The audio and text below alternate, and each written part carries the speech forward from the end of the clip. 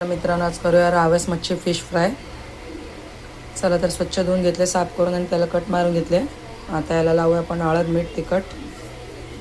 जेवढं तुम्हाला तिखट पाहिजे तेवढं टाकू शकता। आता याच्यात पिळते मी लिंबू। फिशला मसाला लावून ठेवते एक अर्धा तास, मग फ्राय करूया।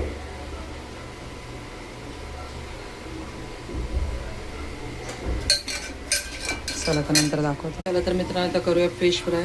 इथे तेल तापलेलं आहे, आता टाकते फिश एक एक करून।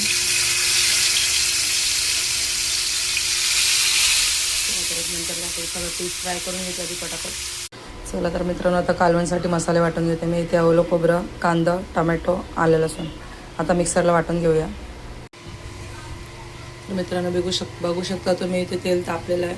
आता मी मसाले वाटून फोडणीला घालते। आता घालते कढीपत्ते, इथे हळद, तिखट आणि मीठ चवीपुरतं।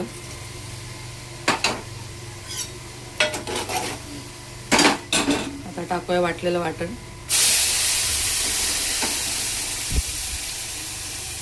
चला आता मसाले तेल सुटूस तर परतून घेते। तर बघू शकता मसाल्याला मस्त तेल सुटलेलं आहे। आता टाकूया गरजेनुसार पाणी। आता एक उकळी काढते, मग फिश टाकते। मित्रांनो तर बघू शकता कालवणला मस्त उकळी आलेली आहे। 2-3 उकळी काढली आहे मी। आता टाकते फिश एक एक करून।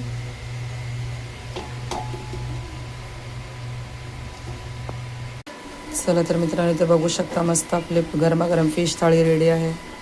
इथे आहे भात, इथे कांदा, इथे फिश फ्राय, इथे फिशचं कालवण, इथे गरमागरम चपात्या।